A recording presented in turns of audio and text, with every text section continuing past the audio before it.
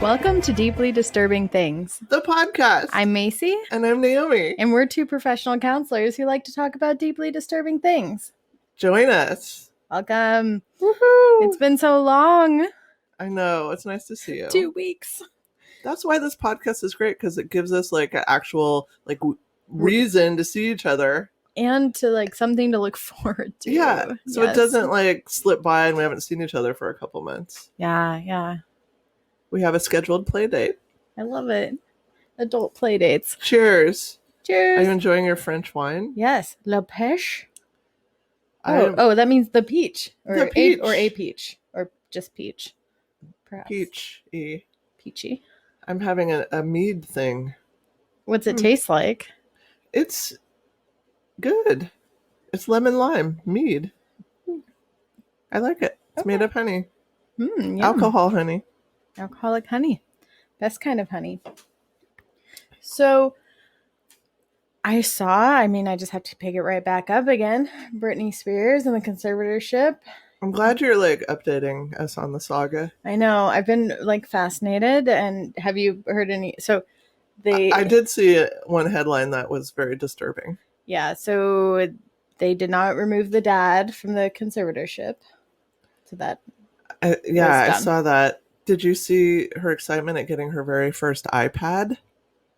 Oh, no. It was very disturbing. It didn't. It's what kinds of controls have been on this girl? I read an article written by an interview from another pop star who had done a music video with her and said that everything from sodas, she could only drink certain types and just certain amounts of sodas. Everything was restricted.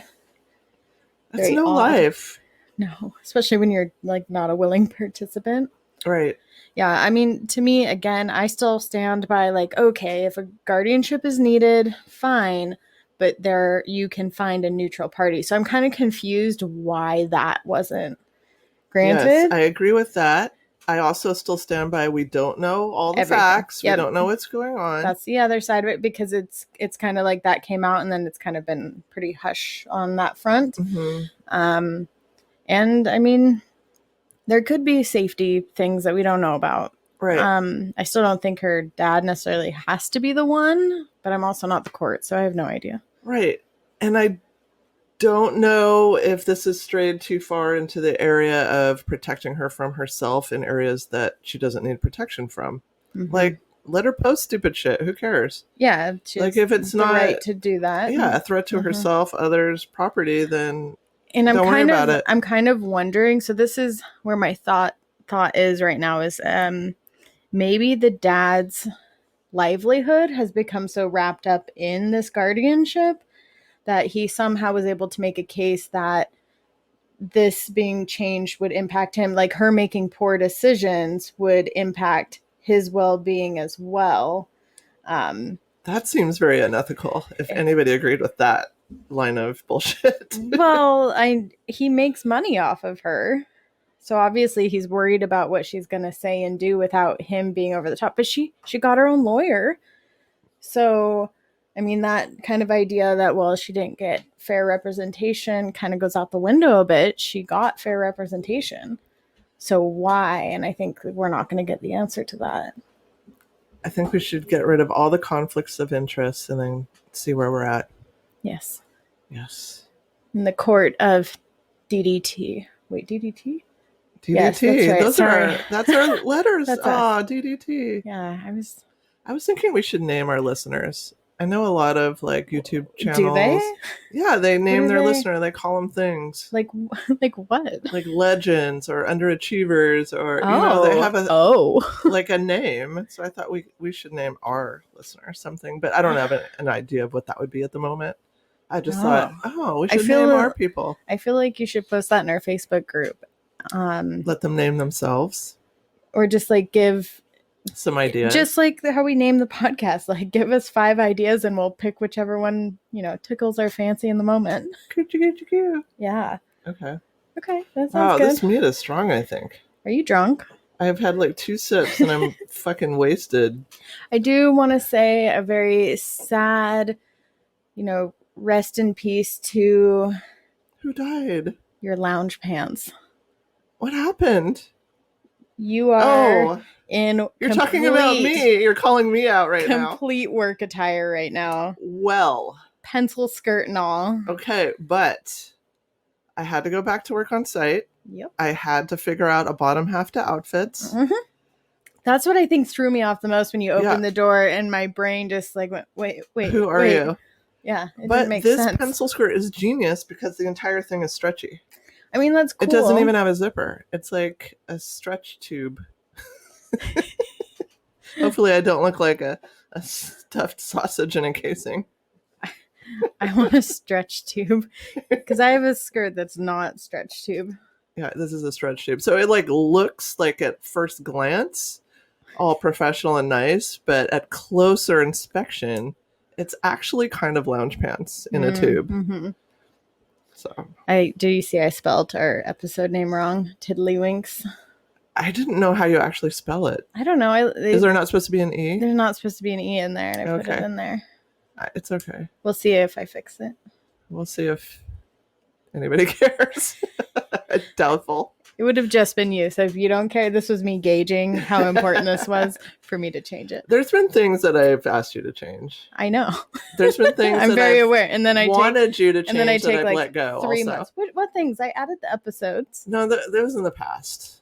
And then I just decided to let it go. That bothers me more now that you didn't tell me. I just made a mistake and you didn't catch it. Which one? In our description, and I just caught it when I was reposting it. What did you post? I said, I put that I did the experiment on you, and you actually did it on me. Oh, yeah, no, I don't read that when you send it to me. Well, apparently somebody needs to be editing somebody around here. It's their fans, and we're going to name you because you have such an important role in auditing us. Yes, and that'll help us feel connected to you.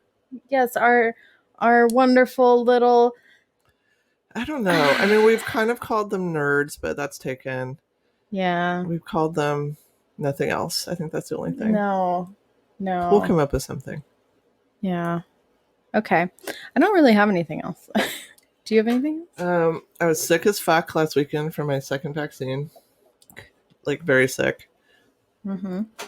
And it was an opportunity to binge watch a lot of shows. Yeah.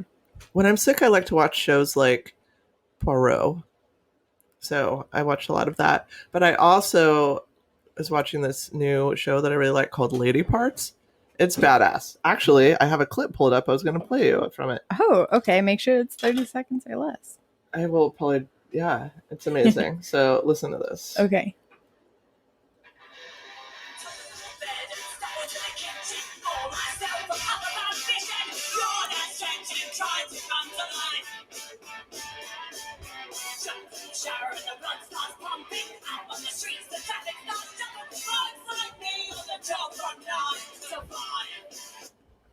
Whoop, my microphone just collapsed.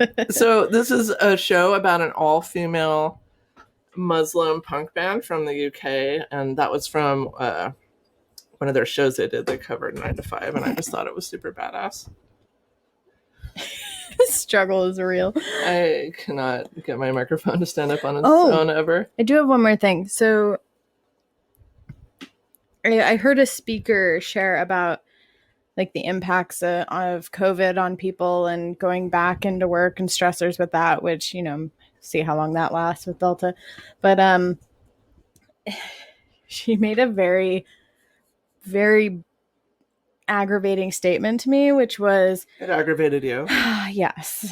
Was if you went through that time during COVID, during isolation, and didn't better yourself somehow and get a certificate or a training, and then she like listed off her stuff, and she said then you missed an opportunity and you should have done something to better yourself during that time. Well, listen, lady, what if you're crippled by anxiety and depression during that time, like I apparently was? What if you had a family member that, I don't know, fucking died from COVID? That died, yeah. Like, What if you had to quit your job to watch your kids and teach them? And that was what you were busy with. Yeah, I mean, we're just the whole... What if you lost your job and, you know, we're struggling with that? Collective worldwide shock of being in a pandemic. I mean, I certainly didn't wake up that day going like, how may I better myself? I was like pacing around the house, sitting on the fireplace edge going, what shall I was like, do I have enough rice? Yeah. How important is toilet paper right now? Because I know everyone's laughing like it's a joke, but is it? Because I was like, do I have enough alcohol stockpiled? Yeah, I knew you did. So I would just come over to you. For sure. I was like, I got rice and beans. I mean, that's what I could live off of, I think. Yeah, I got a lot of AA batteries. I mean, I was for sure in survival mode. I was not in executive, full functioning, planning, organizing, and being creative mode at all whatsoever. No, and like, even if you were, all the power to you, but that's not where most were at, I would argue. And it's not your thing to tell other people how they should experience trauma. That's right. I didn't even realize how bad I was until I started to come out of it. Me too. I was like, oh my gosh, I was just so depressed. Yeah, I'm like, this is what it feels like to feel motivated to do something beyond what you have to do. I literally quit my job in the midst of COVID. And I'm like, that there was stuff happening. I don't like the self-righteous attitude of most that things. person or anybody. Just I think it's just that attitude in general. Yeah, just do you and be happy with that, and let me do me. Yep. Or not do me. Yeah, which was the case during COVID. I can just do whatever I want, and you don't need to know or care. Yeah. I baked a bread once, and that was my win. For the year I remember seeing everyone do all these I'm doing this, I'm doing that. I think I did less artsy, craftsy things during that period than I normally would do during the summer, honestly. I didn't do it to be crafty. I did it to see if I could do it in case I needed to for survival. And then I did it. I'm like, okay, I can do it if I need to. That's good. Anyway, sorry. Had to squeeze that in, my little bent. Okay, I go first today. Okay. Are you excited? Yes. I'm always so eager to see what topic you're bringing. You should probably dampen that expectation a bit. Okay, no, it's okay. I mean, it's one that I was like, okay, it is something I'd never known about before and made me question some things that I don't usually question. So valuable. It's just not a huge topic. It was an event that happened, but not a huge, maybe I'll just talk about it. That's a big lead in. Yes. 1982. Oh. What were you doing in 1982? I was 11. Oh, that's cute. All right. So I'm going to start this by saying Mary Kellerman, a 12-year-old girl from Elk Grove Village, a suburb in Chicago, told her mother of symptoms she was having. They gave her an extra-strength Tylenol capsule that, unbeknownst to them, was laced with a highly poisonous potassium cyanide. Oh, is this the whole Tylenol thing? Mary was dead. I remember this. By 7 a.m. Oh, you remember this? Tell me. I wasn't born yet, so tell me more. I remember the panic, and I remember the Tylenol being ripped off the shelves. Yeah, and that's what I was hoping you'd kind of have some actual context. I was reading this, and I'm like, oh, wow, I had no idea this ever happened. Yeah. And I bet you there's a lot of people who don't. I remember the vibe. And I have to say, major kudos, and I'll talk about that a bit more, to Johnson & Johnson for bringing Tylenol, back from this. Because this is so weird. Because I never take medicine. And I was, or even keep it in the house because I never take it. I wonder if this had to do with that. I was so sick last weekend that I sent my son to get me some Tylenol. So I actually have extra strength Tylenol in the medicine cabinet. Everything is so connected right now. Wow. I kind of have goosebumps. Look, I have goosebumps. That's crazy. Okay. All right. Now I feel better about my topic.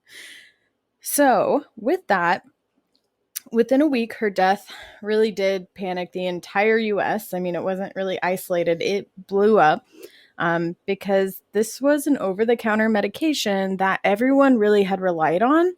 That medication was used almost as the primary, grab Tylenol. And that was the go-to drugstore grab.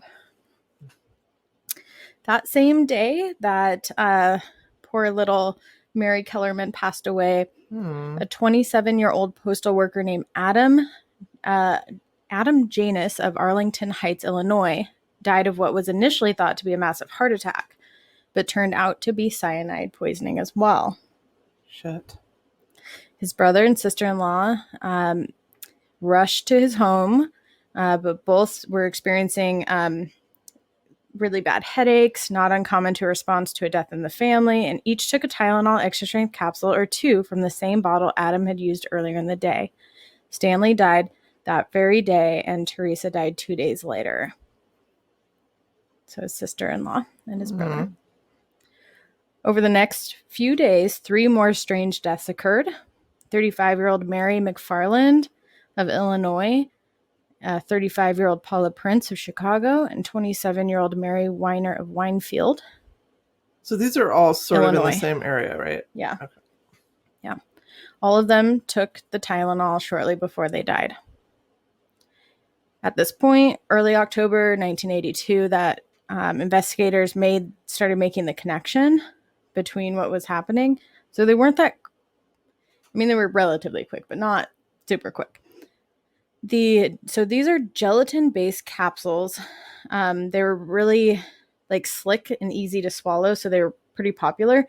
But they were the capsules that could be opened. Yeah, and there was like the little granules. In retrospect, that seems like a bad idea, right? I sat and watched a 1982, no, I think it was 85 video of them explaining how to check your Tylenol capsule. So like if the words Tylenol aren't lined up, it might have been tampered with. Also to look for cyanide specifically, there'd be brown flecks in the white. And there should be no other flecks in there. I don't want brown flecks in my Tylenol. I know. I was just like, wow, this is fascinating. And this whole time they're like showing how you can use a hairdryer to make the plastic seals around the bottle. I mean, why weren't people just throwing them away and not using them? I mean, why are we trying to fix our Tylenol that could possibly kill us? No, they were trying to show how someone could tamper with it and put it back on the shelf. Oh, gotcha. Yeah. So there was these things, I don't know if they still exist, but they were water seals. So when they're wet, they expand and they come right off. And then you put it on the bottle. When it dries, it sucks up around it. So all you'd have to do is put the bottle underwater. It would pop off. Sneaky. And you put it back on, right? So, yeah. They started figuring out that this was tied to the Tylenol. Unfortunately, each victim swallowed a Tylenol capsule that was laced with a lethal dose of cyanide. McNeil Consumer Products, which is a subsidiary of Johnson & Johnson manufactured Tylenol. To its credit, the company took an active role in the media in issuing a mass warning. It started doing massive recalls. They stopped production. Like, it was a pretty big halt. They recalled 31 million bottles of Tylenol. And I watched a news video where they were going around to all these different stores in these communities and, did you take all the Tylenol? Yep. And but there was a few where it's like, nope, there's still Tylenol here, and they're trying to get them off the shelves. Yeah. But you could tell the people were scared. So they did offer replacement capsules to those. So basically like the ones that are solid. Yeah. Like the Capulets. I'm so glad you said that. Okay. Hold on one second. That's what I got. The Capulets. The Capulets. Okay. I have to share something super funny. Super funny once I find it. It's going to take me a second. So, I mean, this made me kind of think a bit about how people are scared of like the current vaccines and maybe, some of that fear that might be there of like, well, I don't know what's in this. And because they interviewed people and there were definitely people who like got the part that this was done after it was produced. So this wasn't by the company at all. They were able to find that it happened after it was grabbed from the store. And then it was put back. So crazy. Okay. So do we know how they did that? Do you want to? Well, they just took it off the shelf. Like, did they buy it and then bring it back, or did they do it in the store? Well, they couldn't trace like where. They knew that one of the stores, they could tell where it was produced, but that doesn't necessarily mean it was sold from those cities. So they never really could figure out how it got there. No, not fully. All they know that it was put back on the shelf, and that's what kind of freaked people out. Is okay, so just two bottles. Is that the case, or was there more than that? Okay, so I'm going to play a hilarious video of a newscaster openly mocking someone they interviewed in one of these that I watched today, and it's pretty hilarious, and I had to share it with you. Okay, I would feel bad, but this was in the 80s. So. With a weary eye. Okay, No, God forbid. I would throw out the capsules. You wouldn't use a capsule? No, never the capsules. That's being foolish. But the other little things, they call them Capulets. No, Monica. The Capulets were the stuff of Romeo and Juliet. You meant Capulets. But nobody's perfect. That's so mean. No. Capulets are things from Romeo and Juliet. But nobody's perfect. That's hilarious. I had the typical old days news voice. Didn't you? Yeah. Okay, sorry. Let me go back to the important stuff. But I thought that was hilarious. So it's Capulets, not Capulets. Capulets. Got it. I'm so glad I didn't fuck that up and say that's Capulets. Why when you said it, I was like, she got it. Okay. Okay, so this case really was confusing to the police and drug makers and public because, no one really wants to be at fault. So they're trying to figure it out really quick. But they spent over the weekend tracing, and they did establish that the cyanide was the same. So they could tell that was the same cyanide in all of the Tylenol that was taken. And it was restored to packages on the shelves to be purchased by victims. So to this day, we still do not have the perpetrator. Oh, it's never solved? Never solved. Someone spent time in jail for extortion for claiming to be the person trying to get money. But they said that it wasn't him, and he got, I think, ended up spending 13 years in prison. I just assumed they caught the person. They did not. So one man, James Lewis, claiming to be the Tylenol killer, wrote a ransom note to Johnson & Johnson demanding $1 million. But really, the police did a thorough investigation. He wasn't linked to really anything at all. He had heard it on the news, and his, I think it was his ex-wife or something, used to work for Johnson & Johnson, was fired. So, and then that's how that all came about. So he only served 13 years. It still seems like a big chunk for making a very bad decision with the ransom note, right? He was sentenced to 20 years. Wow. But I think the big publicness of it. Yeah, they had to take it seriously. Other copycat poisonings involving Tylenol and over-the-counter medication started cropping up again in the 1980s and early 1990s, but they weren't as dramatic as the initial 1982 Chicago area deaths. So before 1982, Tylenol controlled more than 35% of the over-the-counter pain reliever market. Only a few weeks after the murder, that dropped down to 8%. Well, understandable. People lose their trust. Yeah, they're like, nope, not doing that. Taking something to help me, and it hurts me. Working with the FDA, officials were trying to understand how they could protect consumers in the future. So Johnson & Johnson actually did, I think they jumped on it pretty quickly with stopping production, pulling everything. And they started working on creating a new tamper-proof packaging. However, everything I read from the actual Johnson & Johnson is that this is, tamper reduction. It reduces the risk of it being tampered, but they're not going to claim it's tamper-proof. Okay. If someone has enough time, money, and energy, they could tamper. Mm-hmm. So they did things like foil seals. So that's those really come directly from this, which is actually a benefit in the long run for everybody, for safety.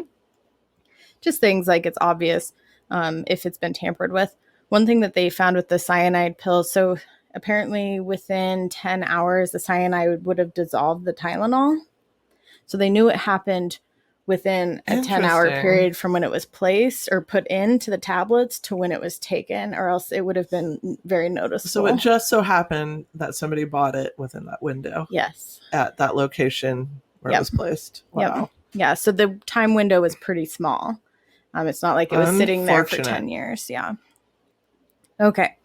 So within a year and after the investment of more than $100 million, which Tylenol actually also offered $100 $1,000 if anyone could help get the person captured. So they were offering money for it too. But they came back, and still like Tylenol was able to like rebrand after that. But in 1983, the U.S. Congress passed what was called the Tylenol bill, which I'd never heard before, which makes it a federal offense to tamper with consumer products. And in 1989, the FDA established federal guidelines for manufacturers to make all such products tamper-proof. So it's sad that, deaths made that happen, but it did inspire a lot of important moves, especially for over-the-counter medications. But that's it. So this person got away with murder. Yeah, multiple murders, and not pleasant and very quick. I am so surprised they never caught the person. I was just assumed they caught them. I mean, and they were like studying the pills, and they spent weeks and there was intense put money into focus on this. They were like, I watched a profile, like, what do you think, in 1980s voice, this killer profile would be? And I mean, they were what was the profile? Because I think the news guy was trying to be like, is this a serial killer? And the guy was like, I think this person is, very smart, very calculated, but it doesn't. Do you think like a med student or something maybe? I don't know. I mean, they said it was so calculated. Like, it took so many steps to be able to do that whole thing, especially, I mean, back then, like, I don't know, it hadn't been done before. A chemist maybe. Maybe. However, cyanide is available like in all of the like hardware stores it's like a pest control, whatever, like it's an agricultural product. A farmer did it. We've cracked it. Who knows? I mean, and you could think like maybe it's someone who is angry at the company, maybe someone angry at the stores themselves, and that's why it was placed in those stores. Maybe it was a bigger political statement, but it seems very gamey. That's sort of like, let's put this here and then sit back and wait and then see what happens. Yeah. But that makes me like, because they recalled everything, were there more? But they sat and were going through. Did they test it all? Yeah. That was the whole thing. Okay. That was they would get shipped to the FDA, who would then. And they didn't find any more. They didn't find any more. Interesting. Yeah. Well, that doesn't make a lot of sense. But a lot of people, what are the chances? A lot of people though were like, "Yep, I just dump mine in the trash, or I dump mine down the toilet because I'm not going to take that." Going through the steps of sending your bottle to the FDA is probably more than most would do. Yeah. But the stores ship them back, or at least we're supposed to. I watched a couple of them get caught not having them out. Somebody, I think, that lived in that area. Mm-hmm. And I mean, maybe I would say, if I had to put a profile together, I'd say maybe like I'd say youngish. mid-20s. Late 20s, early 30s. Mm-hmm. Maybe like recently lost a job. Wants power, because there's a huge power thing here. But there was no other like trying to like claim anything. So there might be this just kind of overarching God complex sort of thing of wanting to be in control of something. Mm-hmm. There could also just be the flip side of someone was curious, or they had heard that this could happen. Let's see what happens. Mm-hmm. Could have been a really bad prank, and that's why people die. That's what happens. Yeah, don't do it. So that was fascinating. I never knew that about Tylenol. And so now they sat and did polls of like, do we go back to capsules or not? And it was actually pretty in the air. Like, not everyone saw the benefit of just getting rid of capsules altogether. But I don't know. Now it's all Capulets. And I think the gels are kind of made now as a replacement, because if you pop those open, they're just going to gush everywhere. So I never thought about how the pill was made as a way to prevent tampering. Right. Yeah. Well, there you go. Some food for thought on your Tylenol that you took for your COVID test. No, I won't be able to eat the rest of it. Eat the rest of it? You just take medicine. You don't eat medicine. I mean, you're not wrong, but I feel like it's wrong. Okay, do you know about this house?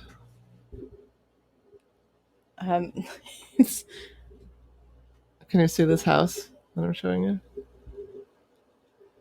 I haven't seen it before. It's surrounded by all these big buildings. Yeah, so this is it's called Mary's house, and sits right in the middle of the whole Sacred Heart Hospital complex. Oh, I didn't know that. Yeah.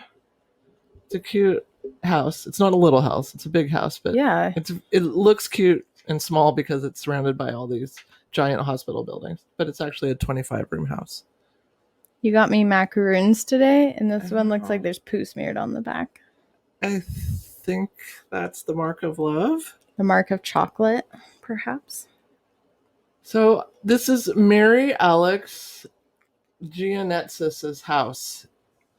Well, I have to walk this story back a little bit. So my sister and her family just came and stayed with me for like a week. It was amazing. I didn't work the whole time, so we just did like fun things like tie-dyeing and painting, like crafty stuff. And we went and picked peaches up at Green Bluff. Mm-hmm. And we're like, let's learn how to can peaches. Oh, I've done that. Which we'd never done before. But you know how you're always in search of that apocalypse skill. Yeah. And we figured this is the perfect time to learn. Mm-hmm. And so I was just joking with Paul, like, yeah, they look cute in the jar. Let's just hope we don't get botulism. And he started to tell me the story of Mary Alex Gianetsis, who owned this house. So let me tell you her little story. Okay. This all links together, I promise. Did you can the peaches? I did. Good job. And then in the winter, I'm going to open them and we'll see what happens. Mm-hmm. I'm a little worried after this topic. Just freeze them. So Mary Alex Gianetsis, she immigrated from Greece. And then in 1934, while living in Yakima, her husband Christo Alex, and 4 others tragically died from botulism. That's where I got the norovirus. Yakima. What the heck, man? This resulted from beans that had been canned by a neighbor. Fortunately, Mary and her children did not eat the beans and were spared this horrible death. Oh my gosh. So then, in 1938, she remarried and moved with him and her 3 children to Spokane. Mary had natural business skills, and she became active in real estate buying and fixing up and renting out apartment buildings. And so then she purchased that 25-room family home that overlooked 25? Downtown Spokane. Dang. Yeah, it's a pretty big house. Oh, that's so sad. It looked over Spokane. And yeah, they built it did. A I know. hospital. If you see the picture now, there's like a hospital right there. Literally behind built it all around. How rude. So rude. Mm-hmm. So she became famous for being a holdout when threatened by expansion from the hospital complex. So in 1944, she bought this place for $20,000. And in the 60s, when the hospital began to expand, they offered her $200,000, but she declined it. Get it, girl. And then the expansion ended up being delayed for a couple of years because they had to redesign the whole patient tower to go north-south rather than east-west. Sweet justice. So her son said that the hospital administrators approached him in the 80s and asked him to persuade his mother to sell to make room for a new heart research institute. And she wouldn't. They try to make it really emotional, like, don't you want to help people? Yeah. So she wouldn't sell. And so this Heart Institute Research Center was built south of the hospital instead. So that's what's like on the south end of the house. Okay.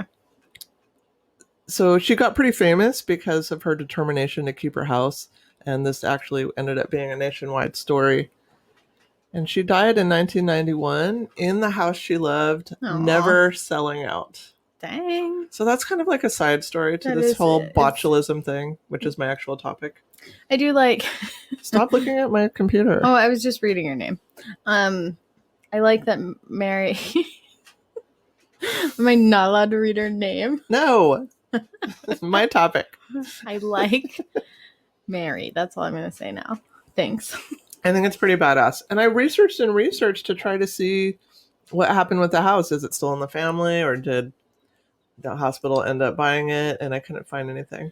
Have you seen it in real life? Yeah, it's right. Like, I literally, anytime you drive to Sacred Heart, you go right by it. It's right there. Oh, okay. Like, you know that intersection with the light, and you turn left and you go to the emergency room? It's right there on the left. Oh, okay. Yeah. So, pretty badass, Mary. Go, Mary. Okay. From the CDC website. It's time to harvest your delicious produce, and you may be thinking about canning some of it, but beware.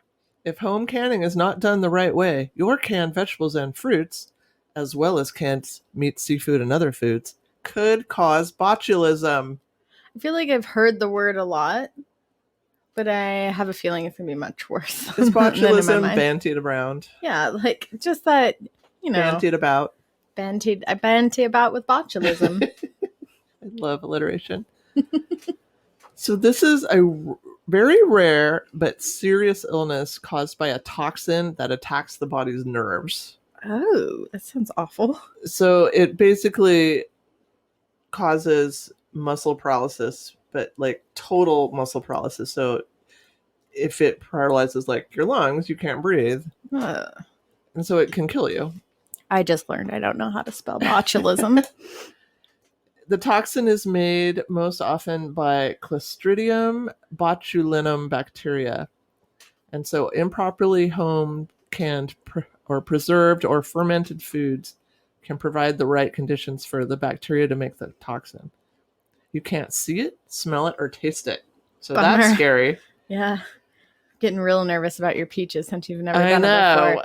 But taking even a small taste of food containing it can kill you. Jeez. What steps did you do? Well, I'll share as I go along. Okay, all right. It is considered a medical emergency, and so they need to go to the ER right away. So some of the signs and symptoms: difficulty swallowing because like your throat is paralyzed, muscle weakness, so you might not be able to walk or move your arms or legs, trouble seeing, double vision, drooping eyelids, blurry vision, slurred speech, difficulty moving the eyes. So I can see some of this maybe being mistaken for a stroke or something with the drooping. But it's all, I mean, everything you listed is totally nervous system stuff. Yeah. So you got to get help right away. That's the thing. There might also be vomiting, nausea, stomach pain, and diarrhea, which sounds like your little norovirus. That I almost died You had from. all of those. Well, they said, well, we don't test for that, but it's been going around. Yeah. They're like, half the lobby has it. I remember they said that. I'm like, I'll be outside, Macie. I know. Just call me when you're ready. Yeah. Yeah, no, you went back to the tournament, and then I called you, and I was ready to be picked up. Yeah. That's okay. Like, I'm not sticking around. I already threw up all around you, and was in the car with you everywhere. I know. I'm like, can we not make it a block before you make me pull over so you can heave out the car door? It was just so random when it was coming. It was. It took us like 8 hours to drive home. I forgot about the whole rest. I just remember throwing up in that guy's driveway. No, remember the drive home? We had to do preventative puke stops every 20 to 30 minutes. Yes. Yeah. I'm so sorry. It's okay. You're a great friend. It brought us closer together. It did. I was so vulnerable. You also might have the sign of a weak cry that sounds different than usual. Isn't that sad? You're like trying to cry and it's like, I feel like I was doing that. Just desperation. So sad. That's very specific. Yes. So this all results from muscle paralysis caused by the toxin. And if untreated, it's just going to get worse and worse and could cause full paralysis of the torso, arms, legs, breathing system. It usually begins 18 to 36 hours after eating the contaminated food. So it's not right away. Mm-hmm. So you might think you're fine. Like, oh, those peaches were fine. They were delicious. How many hours? 18 to 36. Okay. I was just gauging from when we first got to Yakima. I ate sherries. Because I think it was sherries. It was the next day, right? Next day was tournament. I was fine the first day of tournament. And then it was the next day I tournamented in the morning, and then you started torpedo diarrhea in the afternoon. I made it the whole way until the last day because it was supposed to be finals. Like we got to the very end. I know. And I couldn't stay. Yeah. We still won though. I know. Which is crazy. So here's how you can protect yourself, your family, and others. Because, God, wouldn't you feel bad if you killed somebody with your canned beans? Damn, that's the worst way to go. Now I'm like, well, I just canned blackberry. Well, they're frozen, but they last 3 to 4 months in the freezer. Only like a week or two in the fridge. So according to the CDC, the best way to prevent foodborne botulism is by carefully following instructions for safe home canning from the USDA Complete Guide to Home Canning. Only use recipes and cookbooks that follow the steps from the USDA guide. Don't use other recipes, even if you got them from a trusted friend or family member. Sorry, Grandma. So I did not do this. Oh. So I'm... Which I want to know what steps you didn't do. And found a whole bunch of cute recipes. Oh. And picked the one that I thought sounded the best and used that one. I did not use this USDA Complete Guide to Home Canning Bible. I mean, to be fair, I haven't had this up either. My grandma like canned her whole life, had the big giant like acres of garden. According to this, don't trust. Read it. I want recipes. I want you to read it to me. So and I looked up a lot of recipes and they're all very different. That's what's scary. Like true. Everybody's doing something different out there. Yeah. See, and I don't even have the recipes. I just know the process that like my mom taught me and from her, and that's why I want to know if I love making pickles. Well, we'll like see. Pickled despair. I've eaten them like every year and I haven't died yet, so that's a good sign. So far. All right. So low acid foods are the most common sources of botulism linked to home canning. Okay, so berries have a lot of acid. So this includes asparagus, green beans, beets, corn, potatoes, some fruits, including tomatoes and figs, milk, all meats, fish, and other seafood. To be honest, I would never can meat. That sounds really gross. That sounds really gross. Yeah. I mean, it might be somebody else's. Oh, but I do like Spam. I gotta walk that back. I like Spam, but I don't can it myself. That's like the ultimate canned meat. I enjoy. What is that even? What meat is that? What is that? It's all the meats, I think. I'm a little worried that you have no idea. It's all the as meats. A Spam eater. I mean, doesn't Spam stand for salty processed asshole meat? Does it? That's what I always heard. Asshole meat? I still enjoy me some Spam. I mean, not all the time. What does it stand for? On occasion. You said spicy? It's not spicy. Salty. Salty, oh. You haven't heard that? I'm writing it down. Salty what? Processed asshole meat. Gross. I mean, I don't know if that's true. But I'm sure there's an asshole or two in there. Is that what like bologna and hot dogs are made out of? I mean, hot dogs are like beaks and buttholes. So I think it's all sort of similar. It's like a beak and butthole cream sauce. It's been jellified in its own fat. Sold me. So pressure canning is the only recommended method for canning these low acid foods. So do not use a boiling water canner, which is what I did. I used a boiling water canner. As I say, we use that for like jams. Yeah, so you only pressure can for those foods, those low acid foods. Do not use an electric multi-cooker appliance, even if it has a canning or steam canning button on the front panel. Never tried that. And then there's other guidance. Make sure your pressure canner holds at least 4 1-quart jars sitting upright on the rack. Make sure your gauge is accurate. And they said you can take in your gauge and the county will check it for you. Okay, do you just like where you show up where at the county? And I mean, is there someone canner gauge checker at the ready to check my canner gauge? I'm imagining you walk into the county with your thing, and there's like a sign that says "Check your canning gauge here," and then you would like pull a number and get in line. Wow. That's what I imagine. I hope so. I don't know if that's actually how it is in real life. Interesting. I don't know if that's how it plays out. Huh. Okay. So there's all these like steps you're supposed to do with your pressure canner. And I learned when I was canning that you're not supposed to. They used to say boil to sanitize your sealer and ring, and they say now do not boil your sealer because it ruins the sealer. You're supposed to just wash it with warm soapy water. Yeah. And also I learned that there is a canning supply shortage right now in the country. Oh. Due to because everyone's panicking. And I looked today at Fred Meyer's and there weren't any sealers. I wonder if this is going to create an uptick in botulism cases. Let's see. We'll see if this is a trend. We've been mysteriously connecting some dots in this show to some topical things out there in the world. Yeah. Doesn't mean we're causing botulism, people. No, it doesn't prove causation. We didn't do it. We didn't do it. We didn't poison the Tylenol. So when in doubt, throw it out. Well, but you don't know. If you have any doubt, do not eat the food. If you're not sure that it was safe. Oh, yeah. But see, I worked really hard on those peaches and pickles, and I'm not going to throw them out. I mean, you very specifically didn't do any of the process. If I die, we'll know why. Just like eat them and then be around people for a couple days so they can take you to the I'll hospital. just eat them in the ER lobby. Well, that's fair. Just to be safe. Yeah. I'm right there. Remember when they gave me the bucket? They're very helpful. Yeah. So here's some signs that either a home canned or store-bought food might be contaminated. Okay. If the container is leaking, bulging, or swollen. If the container looks damaged, cracked, or abnormal.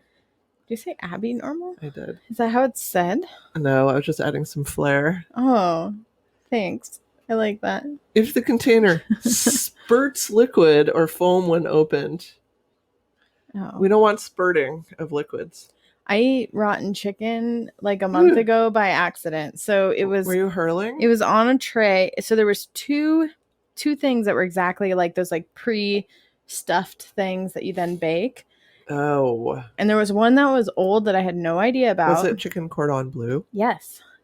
Yes, with spinach and some cheeses. I have an emotional connection to that dish. I love chicken cordon bleu. If we have time for a tangent, I can share. Okay, so I grabbed the one I thought was the new one, and I hadn't seen... Rookie mistake. I hadn't even seen the other one, so I thought this was the only one. And pulled it out, and I remember just seeing like there was a lot of liquid in the bottom that was definitely abnormal. I do not like chicken liquid. Chicken liquid. And it was like, I remember thinking, that looks a little slimy.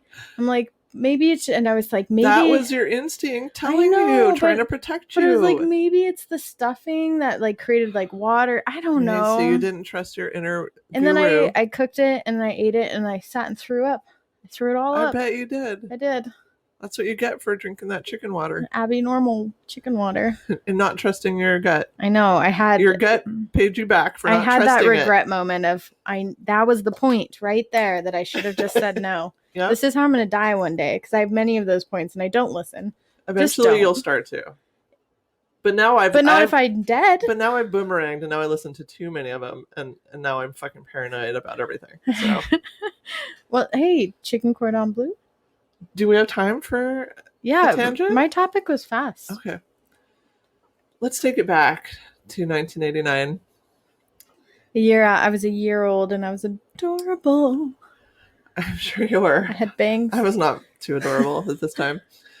I was graduating not from regular high school, but from alternative high school because I'd been expelled from high school a couple years prior. Shocking. Still, it was a big event. And I was graduating from a place called Fremont Adult School in California.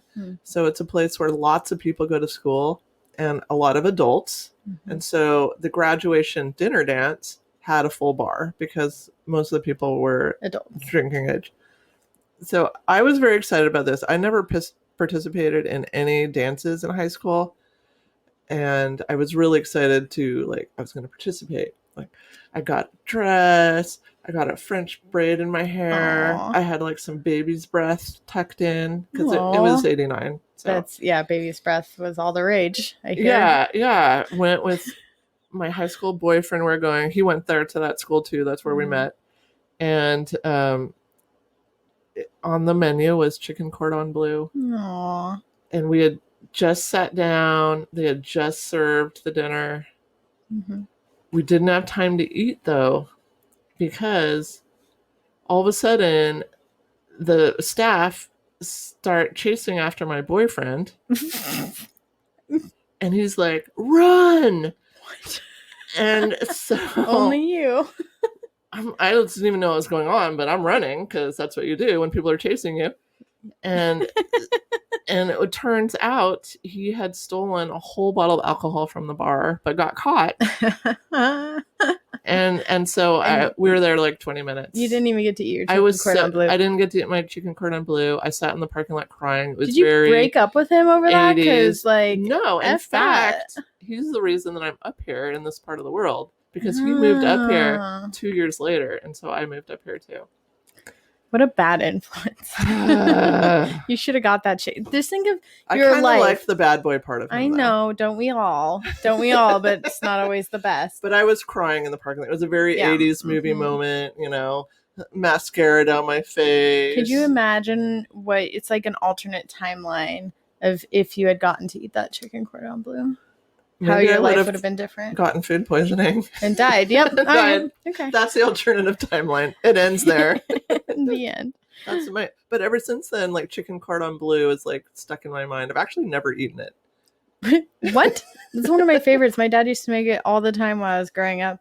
It's so good. I like the fancy name. Do you? I feel like I have to make you chicken cordon bleu now. Well, I don't trust you in your chicken water. That's fair. Honestly, don't trust me with anything. Oh my gosh. You drink my kombucha. That's like actually me with like... That's true. That's fermented. Fermented and living organisms. I follow the steps very well. Like I haven't do gotten all the sick steps from your kombucha. Did you like the last one? It was my favorite flavor so far. Did you? It was like tropical. It was. Yep. Here's what else you can do to prevent the botulism. Refrigerate any canned or pickled foods after you open them. Yeah. Always use traditional methods when preparing Alaskan native foods, which I probably wouldn't even go there because I'm sure it involves a lot of like raw sea animals. Probably salting. And I assume. I would not go there. I have no idea. Yeah. Refrigerate homemade oils infused with garlic or herbs and throw them away after 4 days. And a lot of people keep them a lot longer. I've seen many people where it's like almost like ornate their little bottles collection. Yeah, Paul tried to pull something out of his fridge once, and I'm like, Don't you pull random shit out of the fridge? You pulled that from the back. That's like a solid 3 years ago item. Yeah. I'm like, let's just make some fresh balsamic. If you bake potatoes, wrap them in aluminum foil, keep them hotter than 140 degrees. So the potatoes, even just sitting in your aluminum foil, like you don't just store them like that. Say that one more time. Sorry. You know how you bake potatoes in aluminum foil sometimes? Yeah. You have to keep that over 140 degrees. Oh, you mean like if you save until it later? They're ready to be served or refrigerated? Oh, I always eat them hot. Yeah. Yeah. So you wouldn't want to like just let them sit out at a potluck or something. I love to burn the inside of my mouth off, so I think I'm okay. I like baked potatoes. I love baked potatoes. With some cheese. And what do you put on yours? You put like olive oil on the outside of it while it's cooking, and then roll it in some like salts, and then it makes the outside crispy. Do you ever like cut them in half and like? Yeah, you cut them in half. Put like some cheese and broccoli. Yeah. I am a huge sour cream fan with like sour cream and chives. That was like my jam. That's really good. Yeah. This is making me really hungry, and I have no food at home. So well, let's talk about some cordon bleu bioterrorism. Oh, maybe that'll help. Stop looking at my laptop. I can't read it. That's not mine. It's because I don't have a drink anymore, and I don't know what to do with my hands or my eyes. All right, so we talked about botulism. The toxin that causes it is one of the deadliest toxins known. Wow, I talked about cyanide, and you're talking about. I know. When you were talking about that, I'm like, oh, it's kind of linked. Well, yeah. So the bacteria that makes this toxin is found naturally, but it's rare for people to get sick off of that. However, it could be used in a biological attack. a biological attack would release germs or the toxins and then either kill people, livestock, or crops. And some countries with biological weapons programs have made this toxin that causes botulism. And some groups have tried unsuccessfully to use the toxin to harm people. So public health authorities know that botulism, or the toxin that causes botulism, could be used in a biological attack. And they study the toxin and the disease to be prepared in case a biological attack ever happens. As Lion King says. Every year in the United States, about 200 people are diagnosed with botulism, and fewer than 1 in 20 of them die. So it's pretty rare. Okay. And we've not had any botulism, bioterrorism in the U.S. However, Johns Hopkins School of Public Health says botulism toxin poses a major biological weapons threat to the public. And, I think we got caught off guard with the pandemic. Yeah. So I think we just need to step up our preparedness in a lot of areas. It was like 3 years before when they were like, by the way, guys, we're super unprepared for a giant pandemic.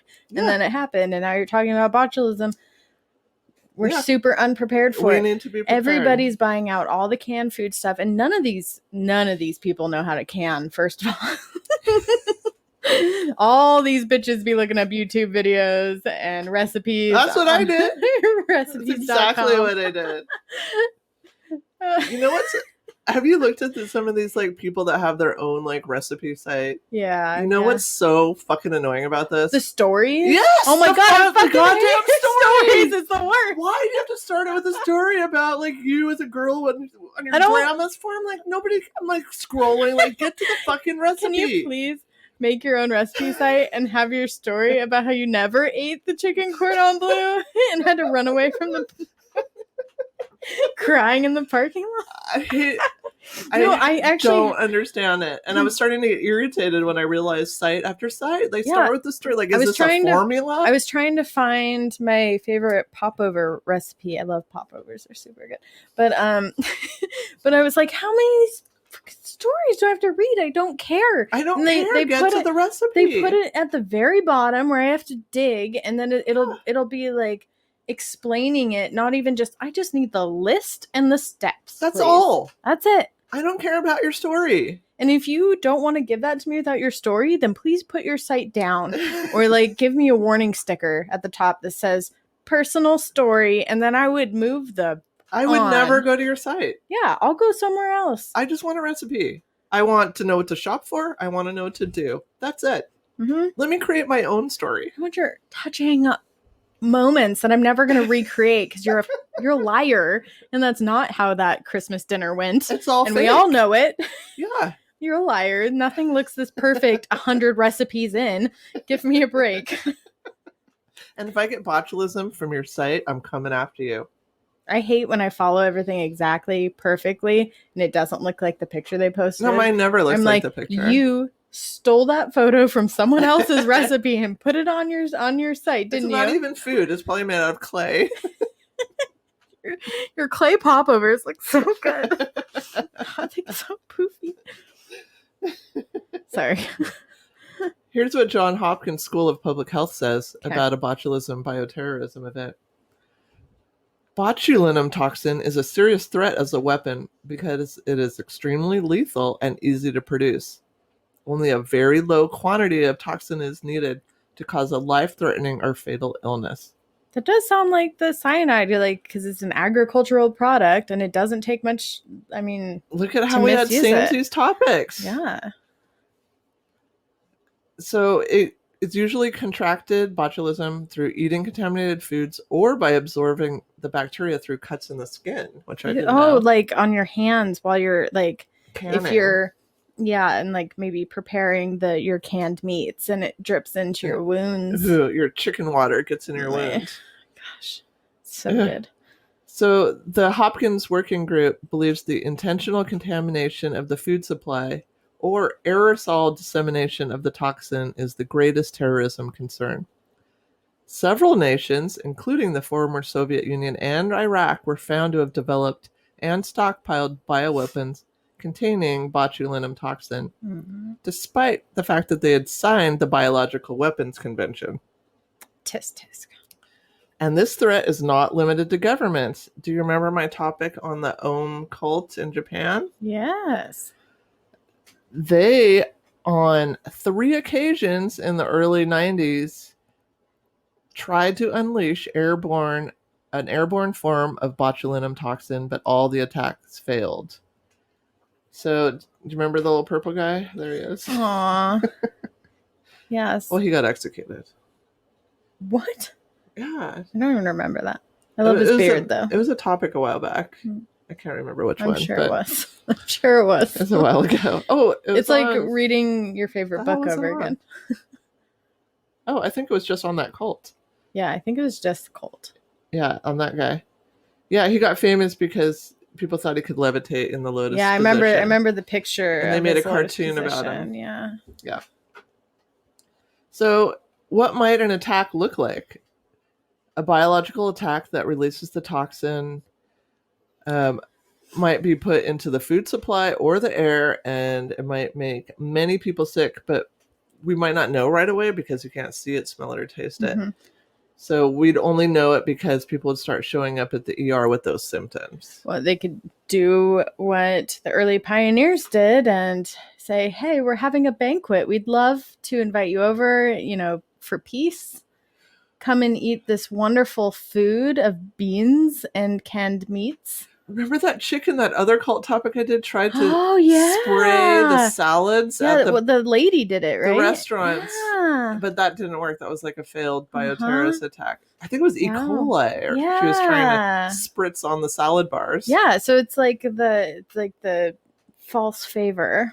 Yeah, so, I mean... I made that up. So maybe it's harder to launch a bioterrorist attack than we might think, because we've learned about a lot of failed efforts. Yeah, there's a lot failed.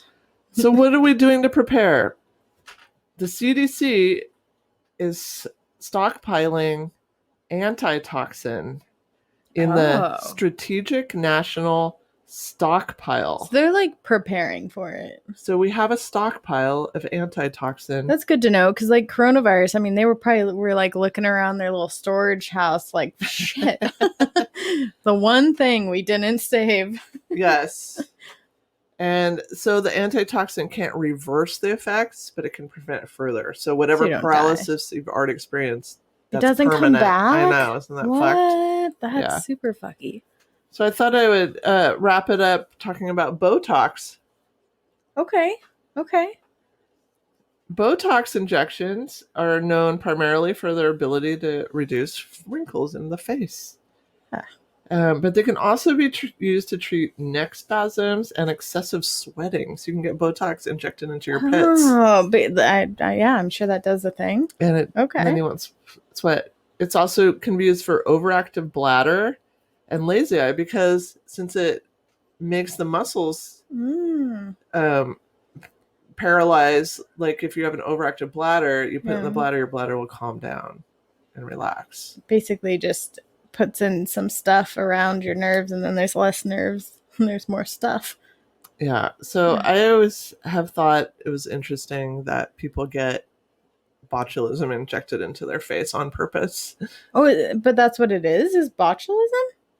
Wait. Yeah, Botox injections use the toxin. The same toxin. Oh, wow. That took my brain a second. Okay, so because it does that. Produced by the microbe that causes botulism, a type of food poisoning. Got it. Okay, so it's actually numbing the nerves. Yeah. Or killing the nerves or whatever. It's just, it's controlled and a small amount. Yeah. But unless they do. That's why it relaxes the muscles. Remember we talked about like when it gets misused? Like when people get like and they can't move their face at all? Yeah, or they like have it done by someone at their house or something, and it's not like FDA cleared. Botulism implants. Could be dangerous. It could. I mean, if you do it wrong, if you botch your botulism, then maybe like you don't have the ability to move your face at all, and then you just look weird. I've seen some of those. Where no expressions can be made? No. Oh, I read some interesting research that people that have had Botox and can't move their face into expressions actually feel less emotions. Because there's that link between facial expressions and emotions. I'm sure the nervous system has to do with a lot, which then makes me think about like the phantom limb stuff where we talked about totally related. Yeah, and how that might tie in with emotions and yes, it's all related. Dang, we're uncovering some cool stuff. We're so smart. Look at us. So Washington State, our state, reported an average of 0 to 2 food-related botulism deaths over the last 10 years. Dang, that's pretty good, guys. The last I could find, 2016, fairly recent, 5 years ago. That sounds like the start of the canning. In Grant County, Washington, 2 people died by botulism linked to home canned food. I was going to say, that is a very rural area. Well, what does that have to do with it? Well, this is not, and I'm probably going to die of botulism. No, I'm going to be the next statistic. I was just saying that there's a lot of canning that happens there because of the agriculture. Like they actually need to. Yeah, so I mean, like your one time of canning peaches in the past how many years? Never. Okay, ever. So compared to the people who may rely on that and have had how many cans over many years? I mean, like if we're just doing stats, that's all I was thinking. Yeah. Not judging the rural folks. I'm just saying they have more canned things they eat in my assumption. All right. That's all.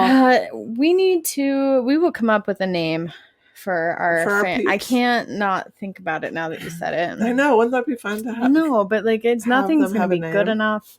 I know. I would like their input. Because I'm always like, we love our DDT listeners, but like they do deserve more. They deserve a nice name. Yeah. Okay. So yeah. Haven't you seen that? How like YouTube channel people like they call their people something? Yeah. Yeah. So we have to post that on the Facebook page and see what people say. We'll come up with something. Yeah, we'll create a master list and come back with you all. We could call them winners. You're such a winner. I don't know. Winners. But I don't. And that sounds like wieners. It sounds like wieners, and I like the ability to fail sometimes. Remember? What? But failure is a win in my book because you learn something and grow. And it might be an opportunity to be like, you know what? That was a really bad idea. I'm going to do something different. And you might never have known you needed to change directions if you hadn't failed. I think our fans would have something better than wiener. Until next time, make sure to get your stretch tube before you go back to work. And when in doubt, throw it out.